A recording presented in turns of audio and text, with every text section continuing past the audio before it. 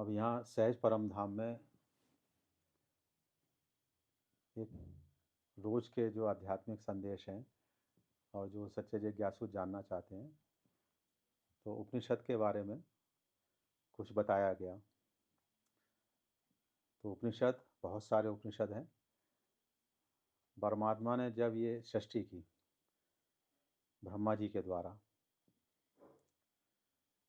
तो ब्रह्मा जी ने भी तप किया, तब वो ये सृष्टि करने में समर्थ हुए।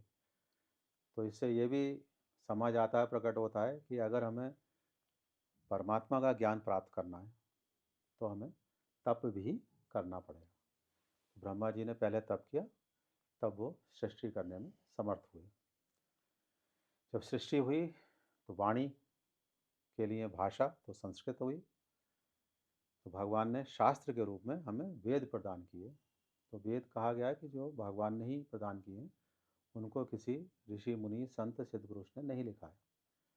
वेद क्या कहलाते हैं? उनका एक नाम है अपौरुषेय, कि किसी भी पुरुष ने उनको नहीं लिखा है, वो परमात्मा से ही आए हैं।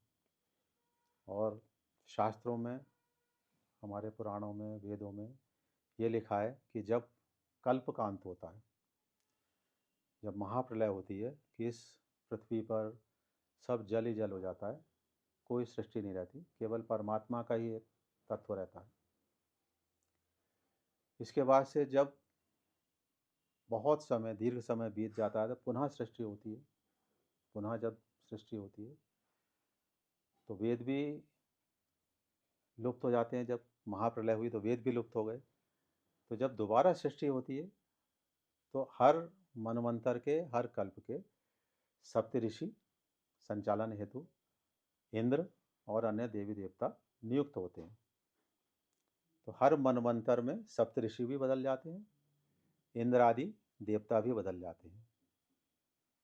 तो इंद्रादि देवता, सप्त ऋषि मनुष्यों में से ही बनते हैं, जिनकी तपस्या वहाँ तक हो जाती है उस पद को प्राप्त करने के लिए, तो उनको वो अवसर प्रदान होता है। तो इस तरह से वो वेद जो लुप्त हो गए, महाप्रलय में सब कुछ खत्म हो जाता है, केवल परमात्मा रहते। तब जो सप्त ऋषि होते हैं वो अपने समाधि अवस्था में, ध्यान में, जब समाधि में जाएंगे तो वो वेद की ऋचाएँ उनको आती हैं। तो उसको दोबारा से फिर वो लिखते हैं, नोट डाउन करते हैं, तो हमें दोबारा से फिर वेद प्राप्त हो जाते हैं। तो ये क्रम लगातार चलता रहता है सृष्टि का।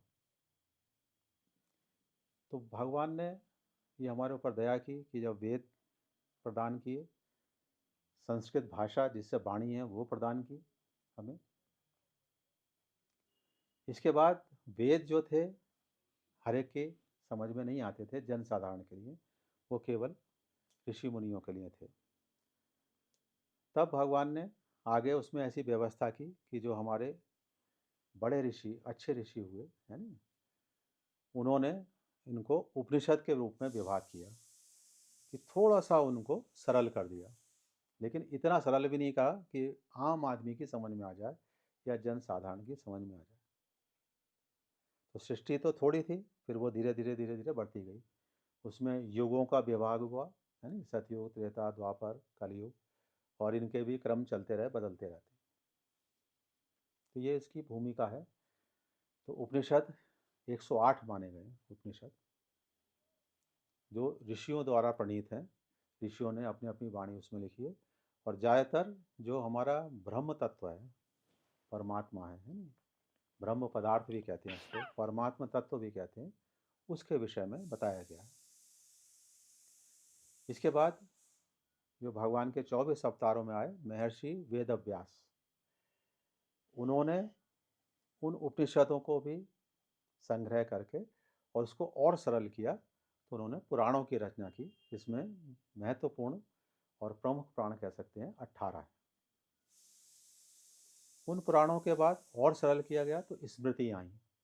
तो बाद के जो फिर परवर्ती ऋषि आते चले गए, जिन्होंने जैसे जैसे परमात्मा को जाना, और ये सृष्टि भी बड़ी हो गई, तो समाज किस प्रकार से चले, उसके क्या नियम होने चाहिए, उसके लिए फिर स्मृति आई। भगवान ने वर्ण विभाग भी किए कि वर्ण के द्वारा कौन कैसे कैसे कार्य करे। गीता में भी भगवान ने कहा है कि चातुर्वर्ण्यम मया सृष्टम गुण कर्म विभाग सा, गुण कर्म के अनुसार मैंने 4 वर्ण बनाए। तो इस तरह से जो ये हमारी एक श्रृंखला चल रही है उपनिषद की, उसमें कठोपनिषद आया।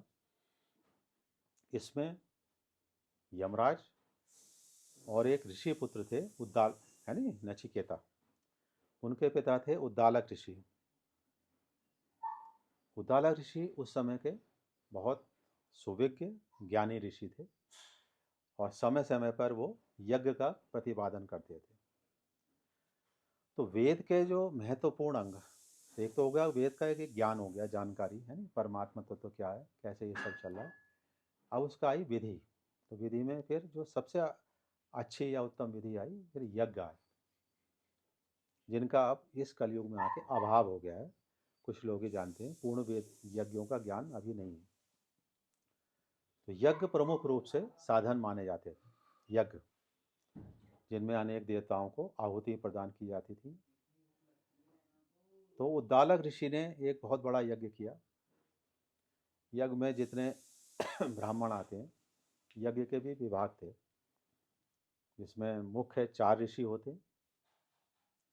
इसके बाद उनके सहायक होते हैं, उन सबको दान किया जाता है। तो उद्दालक ऋषि ने गौएं दान की। उस समय क्या थे, धन के रूप में क्या माना जाता था, गोधन, जैसे गाय रूपी धन है, गज धन हाथी, है नी, बाजी धन घोड़े इत्यादि, ये और अन्न, ये ज़्यादा इनका दान किया जाता था। तो उद्दालक ऋषि दान कर रहे थे। नचिकेता बहुत छोटी अवस्था के थे पुत्र। तो ये कहा गया है हमारे शास्त्रों में कि दान उसी वस्तु का करना चाहिए, कि उसमें 2 बातें आती हैं कि जिसको आप दान कर रहे हैं, एक तो वो योग्य हो, सुपात्र हो, है ना, जिसका वो सदुपयोग करे, और दूसरा उसके काम आ सके, एक दान वो। और दान का एक महत्वपूर्ण प्रतिबंध ये भी है कि जो हम वस्तु उपयोग में लाते हैं, जिस वस्तु को हम अच्छा समझते हैं कि हमारे लिए ये अच्छी है, उत्तम है, उसी वस्तु का दान करना चाहिए। अब क्या होता है कि अगर हमें कोई वस्तु दान करनी है तो कम मूल्य की वस्तु दान कर दो, तो एक दान का हो गया, लेकिन वो नहीं है ना, मान लो किसी के काम ही नहीं आई तो वो आपका दान व्यर्थ हो गया। और दूसरी मैंने कहा कि सुपात्रता, सुपात्र व्यक्ति को अगर दान करो, जिसको आवश्यकता है ना, उसको दान करो, तो आपका दान फल है। तो ये एक समाज को चलाने के लिए दान भी है। इसलिए रखा गया कि किसी पे अधिक धन है, किसी पे कम धन है। और कुछ समाज को चलाने के लिए व्यवस्थाएं भी चाहिए। उसमें आ जाती थी पहले धर्मशालाएं, सराय कहते थे उनको, है नी, तड़ाग, तालाब, वापी, कूप, क्योंकि सीमित साधन थे, है नी, जल का उपयोग करना था, जल सबसे आवश्यक वस्तु थी। तो वो उनका दान करना सबसे महत्वपूर्ण माना जाता है। देवालय है नी, मंदिर हैं, उनकी सारी व्यवस्थाएं चलती। तो जब उद्दालक ऋषि अपनी गाय दान कर रहे थे, जितनी गायें थी उनके पास, वो दान कर रहे थे, उनमें कुछ गायें ऐसी थी जो अत्यंत कमज़ोर थी, है ना, निर्बल थी, जो ना दूध दे पाती थी, ना खड़ी हो पाती थी, ना चारा खा पाती। तो नचिकेता, जैसे मैंने पहले भी बताता हूँ कि ये जीवात्मा पूर्ववर्ती अपने साथ पुण्य और तपस्या लेकर आता है, पिछले, उसके अनुसार उस ज्ञान से वो आगे बनाता है ज्ञान अपना। जैसे इस जन्म में प्रारब्ध लेके आएगा, एक तो अपना भाग्य, जिससे उसका जीवन यापन होगा, और एक है ज्ञान। ज्ञान भी कौन सा, परमात्मा का ज्ञान। सांसारिक ज्ञान तो इस शरीर के साथ समाप्त हो जाएगा, सांसारिक ज्ञान नहीं जाएगा आगे। लेकिन जो तुम्हारा पुण्य है, जो तुम्हारा पाप है, और जो तुम्हारा आध्यात्मिक ज्ञान है, ये तुम्हारे साथ जाएगा, जैसे कहते हैं ना, कैरी फॉरवर्ड।